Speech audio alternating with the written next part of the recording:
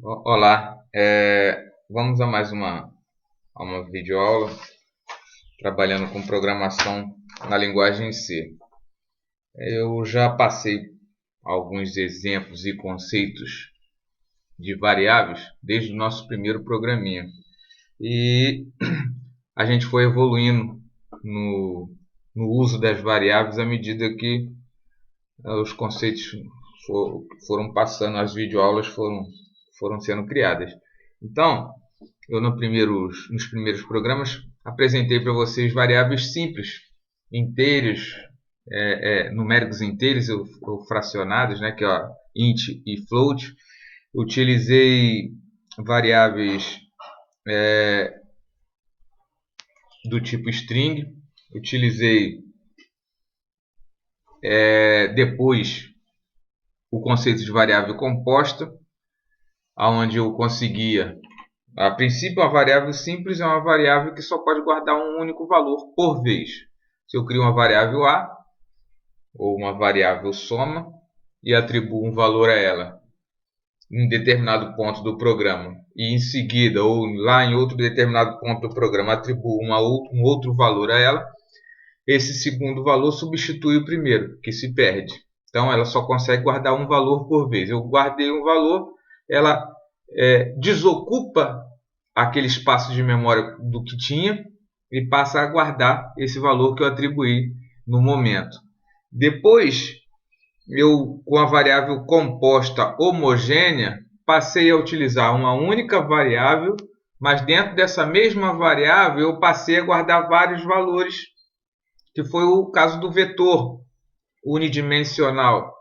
Eu consegui declarar uma vez só uma variável, apesar de saber que internamente eu vou usar vários espaços de memória, eu trato esses vários espaços com o mesmo nome e utilizo índices diferentes.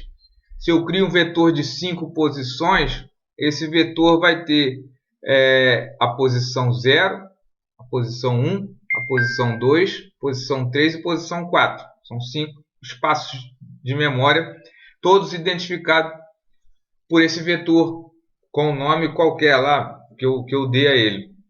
E eu vou me referir a cada espaço de memória dessa variável com o índice numérico dele, de 0 até o número final lá do tamanho do vetor. O vetor ele pode ter mais de uma dimensão. Aí a gente começou a trabalhar com matriz bidimensional, e a gente poderia ter matriz tridimensional de 4 dimensões, de 5 dimensões. Funcionaria da mesma forma, só que você trabalharia com índice de coluna, linha, e assim por diante. São um índice para um vetor unidimensional, dois índices para um vetor bidimensional e assim por diante, à medida que você vai criando outras dimensões para a tua variável. Mas essa variável composta que a gente define como vetor e matriz, a gente chamou ela de homogênea porque os dados, quando você declara um vetor ou uma matriz, você declara qual é o tipo dessa variável. Então, ela só pode guardar um tipo de valor. Se é numérico, se ela é numérica inteira, só vai poder guardar em todos os seus índices valores numéricos inteiros. E de acordo com a declaração dela, você vai guardar um tipo específico. Já a variável composta heterogênea, que a gente vai ver agora, que são as estruturas, funciona dentro do mesmo conceito do vetor. Você vai usar um único nome para definir uma variável e você vai poder guardar vários valores dentro dessa mesma variável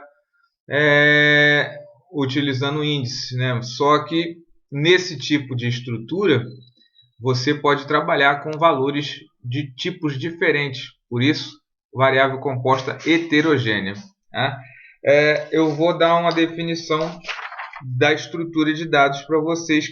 Ela consiste em criar apenas um dado que contém vários membros, que nada mais são do que outras variáveis. De uma forma simples, é como se uma variável tivesse outras variáveis dentro dela. Então, eu crio, dou um nome só, mas sei que internamente essa variável vai ser subdividida em outras variáveis, né? E que vão poder ter tipos diferentes. Então vamos lá, eu vou criar um arquivo novo aqui no deve ser mais. Eu vou em arquivo novo, arquivo fonte. Aqui eu estou com o aplicativo, com a interface em inglês, File New Source File. E eu vou começar a desenvolver o meu programa para apresentar para vocês uma estrutura. Então, eu vou declarar as bibliotecas, na verdade eu vou incluir as bibliotecas que eu vou utilizar em meu programa. Eu vou precisar da uString e da string. Vamos trabalhar com o mesmo sinal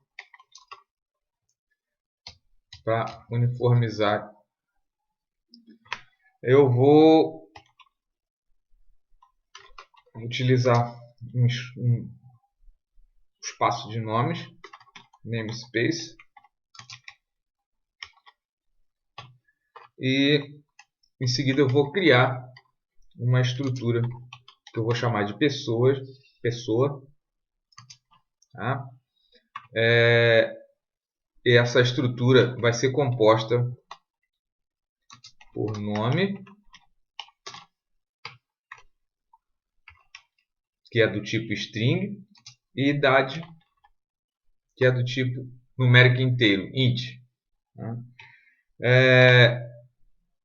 Eu vou iniciar a minha função principal. Veja que eu declarei a estrutura fora da função principal. Sempre você vai seguir esse padrão. E eu já defini lá que a estrutura pessoa vai ser subdividida em nome e idade. Nome é de um tipo e idade de outro. Por isso é que eu defini lá uma variável estrutura como variável composta heterogênea. Aqui a gente já está tendo um exemplo de que eu posso guardar dentro da mesma estrutura dois valores de tipos diferentes. Mas eu defino ali quais são as variáveis ou subvariáveis que vão estar dentro dessa variável pessoa. A variável string nome e a variável int idade. Agora eu vou criar uma variável P do tipo pessoa. Criar uma estrutura P do tipo pessoa. Eu já tenho lá a estrutura pessoa declarada, então eu crio agora uma variável P, uma estrutura de pessoa chamada P. E vou criar um vetor do tipo pessoa de 5 posições. Então, cada posição desse vetor meu vai poder guardar um nome e uma idade. Então, eu vou poder guardar nome e idade de 5 pessoas se eu criar uma estrutura desse tipo. Tá? Eu vou criar variáveis separadas aqui para primeiro receber em nome 1, que é uma variável string, um nome, e em idade 1, a idade da pessoa, que é int ali. Vou criar uma estrutura for. Eu vou usar uma variável i, então eu vou declarar uma variável i aqui também. A variável i servirá para controlar o meu vetor. E o i vai começar valendo 0. Vai ser incrementado enquanto ele for menor do que 5. Se eu tenho um vetor de 5 posições e a primeira posição é a posição 0, 5 posições começando do 0, eu vou até a quarta posição. Então, o meu i vai ser incrementado de 1 em 1, vai ser sempre incrementado de 1 enquanto ele for menor do que 5. Então, vai ser incrementado até o 4. E a quarta posição é a última posição. Quer dizer, a quarta posição é a posição de número 4, se eu seguir do 0. Então, aí eu vou usar o count para mandar exibir na tela uma interface com o usuário solicitando que o usuário digite seu nome. Quando essa mensagem aparecer, em seguida o cursor vai ter que parar lá na tela para que a pessoa, o usuário, digite o valor. E eu vou fazer isso acontecer com o comando sign. E definindo que eu vou guardar na variável nome1, que já está previamente declarada ali em cima, o que ele digitar. E quando ele pressionar Enter. Então, vai aparecer digite seu nome. Em seguida, o sign vai fazer o cursor aguardar que ele digite algo. Quando ele digitar e der Enter, eu digo que vou guardar o que ele digitou em nome1. O que ele digitou vai ser um nome e o nome vai ficar guardado dentro dessa variável. Eu vou pedir novamente para que ele digite a idade.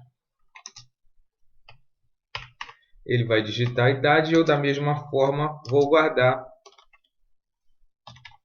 na variável idade1 agora o que ele digitar. Ele já digitou em nome1 o nome e idade1 a idade. Eu vou pedir para guardar na estrutura P, que é do tipo pessoa, que já está definida que a estrutura pessoa tem nome e idade lá. Eu vou pedir para guardar no campo nome. Aí você vê que já aparece aqui que P tem os dois campos. Aí eu vou pedir que as duas subvariáveis, duas variáveis idade e nome, eu vou guardar em nome o que foi digitado em nome1. E eu vou guardar aqui em idade o que foi digitado em idade 1. Então, já guardei dentro da estrutura um nome e uma idade. Agora eu vou guardar dentro do vetor que eu criei, que é do tipo pessoa, na posição i. O i vai começar valendo 0 e depois vai ser incrementado a cada loop dessa estrutura. Então, eu na posição i vou guardar p. O vetor já é da estrutura pessoa, que guarda um nome e uma idade, e p está guardando um nome e uma idade. Eu estou guardando dentro do vetor. Eu finalizei aqui a inserção dos valores na primeira posição. Quando ele chegar nesse fecha-chave, ele retorna ao for, verifica se o i ainda é menor do que 5 e incrementa 1 a ele. Ele vai passar de 0 para 1 e vai repetir todos esses comandos dentro do for, mas sendo que guardando novamente agora os nomes e idade que foram digitados, só que na posição i, que vai estar valendo 1, ou seja, na segunda posição do vetor. Vai retornar, vai incrementar mais 1 ao i, e eu vou receber novamente outro nome e outra idade, e vou guardar dentro da segunda, da terceira posição, depois da quarta, depois da quinta posição. Quando eu voltar para fazer a sexta vez, o i já não vai ser menor do que 5, e então ele vai sair do for e vai fazer o próximo comando após a estrutura for. Agora eu vou apresentar aqui uma outra estrutura for para ler o que tem dentro do vetor e você entender como é que você faz para ler o que tem dentro de um vetor. Então, i começa valendo 0, i menor do que 5 e i mais, que é para eu incrementar o i de mais 1. E agora eu só vou mostrar o que tem dentro do vetor. Dentro do vetor, na posição i,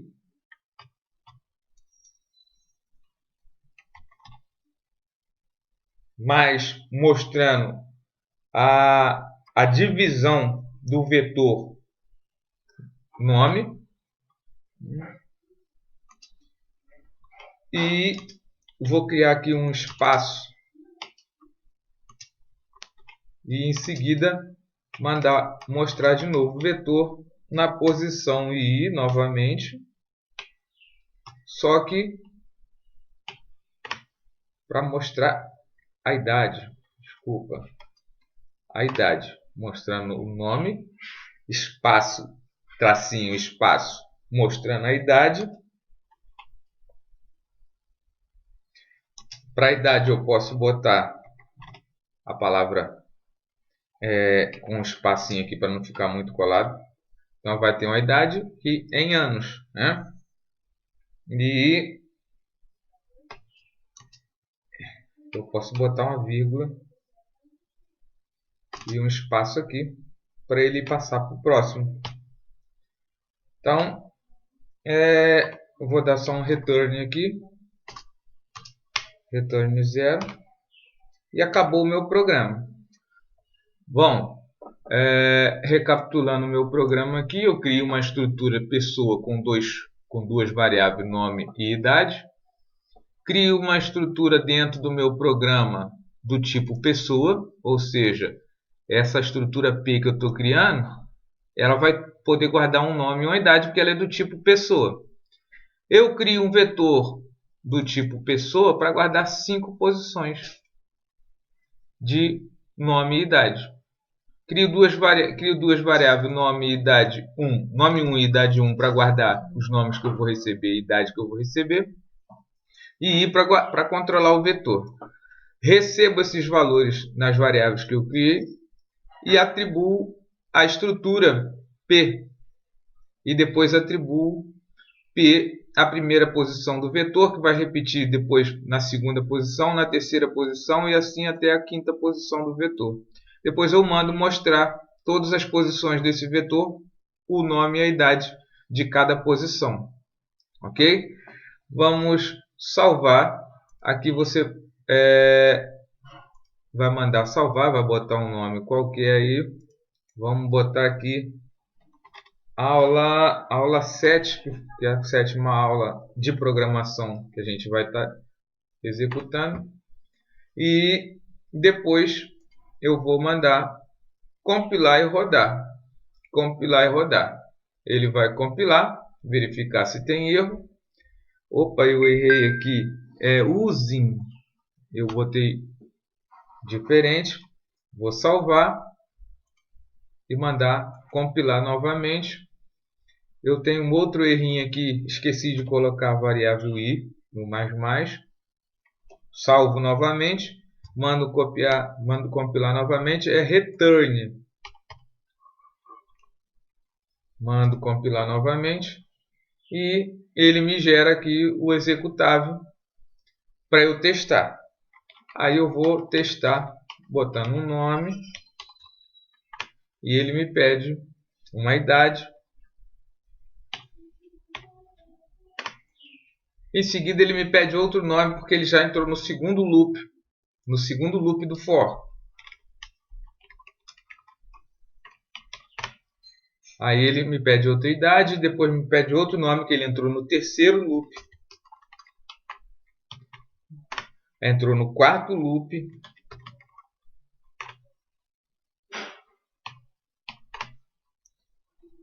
Entrou no quinto loop.